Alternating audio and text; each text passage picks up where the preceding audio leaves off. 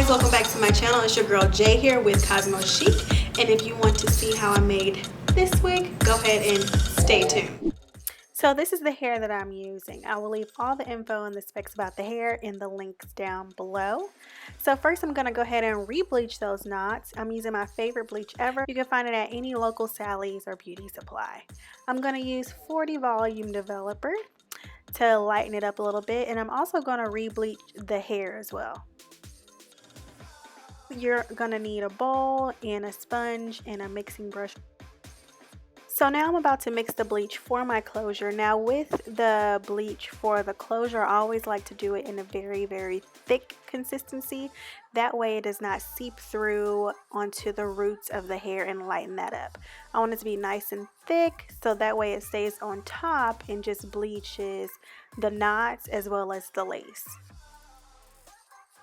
So as you can see here, the bleach is nice and very, very thick so that way it doesn't seep through. I'm going to go ahead and take a beauty applicator sponge and I'm going to use this to apply the bleach onto the lace. Now the applicator sponge is nice and dense and a little bit thicker, and it doesn't have the bristles like the brush does, and it doesn't push the bleach into the lace, which is what you don't want. So I'm going to use the sponge and use a very, very, very light hand and just stroke the bleach onto the lace. So now that we're done, we're going to go ahead and put this in foil, let it sit for about 15-20 minutes while just keeping a close eye on it. So while our closure is over there getting all done up, I'm going to go ahead and start working on the bundles. I tie the bundles up into a rubber band so that way the coloring process makes it a lot easier. I wanted the gradient effect or ombre effect anyway, so this just makes the fade from black to light brown to blonde a lot easier. Since I do want that gradient effect, I do still want to keep that light brown at the top, so what I'm going to do is just bleach the bottom. So I'm using light baby strokes, making sure to not create a line of demarcation. I want it to look like it's fading into each color. So I turned my brush sideways and making the strokes up. That way it doesn't create a flat line across the hair at the bottom. So time to flip and repeat on the other side.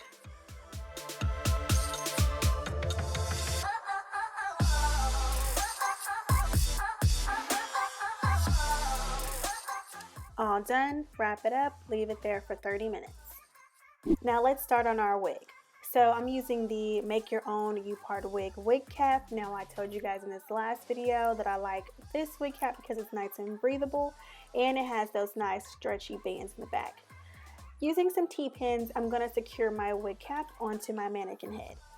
Now time for the closure. So you want to use your wig cap as a guide for your closure. You want to make sure that it's not too forward and it's not too far back so that it looks more realistic. I'm going to secure the closure with T-pins so that it doesn't move out of place while sewing.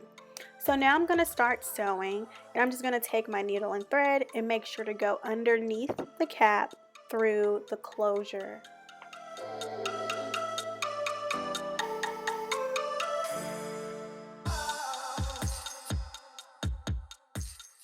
So I make sure to do each side separately. So I sew down the left side and then sew down the right side and then sew the back side down. That way I make sure I stretch out the lace to fit as tight as possible.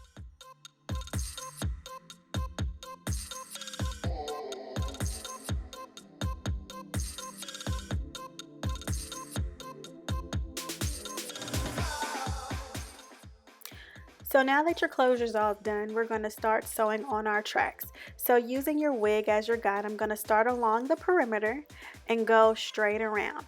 So making sure not to sew on your band. So this is the band that helps make the wig cap bigger or smaller. So make sure you sew above the band, making sure not to sew on the hooks.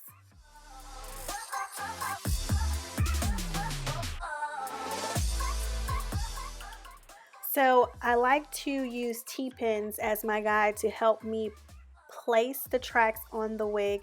That way I know exactly where to go, and it actually makes everything a lot faster.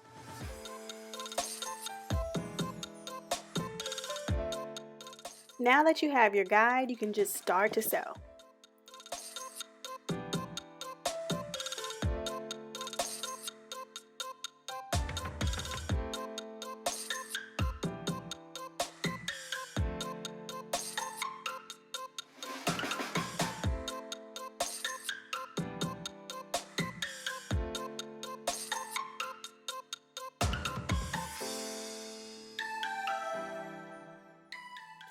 So this is the wig and it's almost done. Now I know you guys are wondering, like, why is the color off? Why is the texture off? What happened? Well, I ran out of hair. It only had 3 bundles with a 14-inch closure, and I ran out and I needed literally two tracks. So I had to find 2 tracks to put in this head, and I did it. So I was going to recolor the wig anyway, so I did not mind. So I ended up recoloring that hair as well. She's all recolored and now she's air drying. So I'm going to go ahead and take off that extra lace from the cap.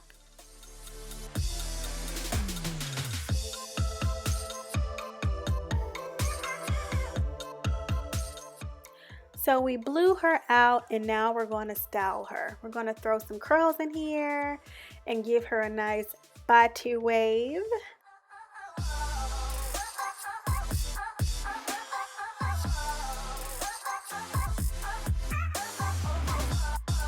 Well, I hope you guys enjoyed this video. I had so much fun creating this wig. Whew, it did take me a long time, though. I cannot lie, especially to get it the way that I wanted as far as the color and everything. Now, this product I do want to mention and tell you guys about is called the Got to Be Glued Ultra Glued Styling Gel. I got this from my local grocery store.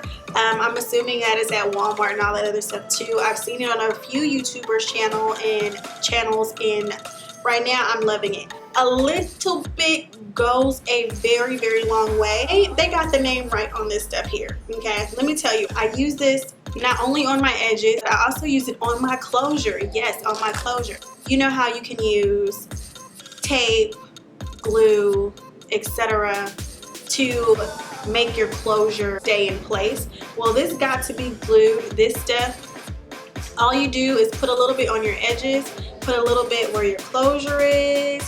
You can get a blow dry. What I do is use a scarf and there for like 5-10 minutes, finish my makeup, and it's non-sticky, super crazy, super holds, and no flakes, which is one of my favorite things.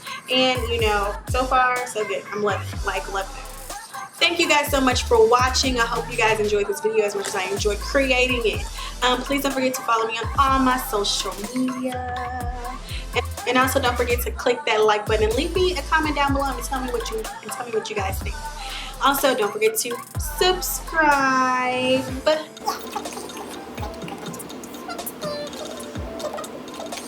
And thank you guys so much again. And until next time, guys, bye.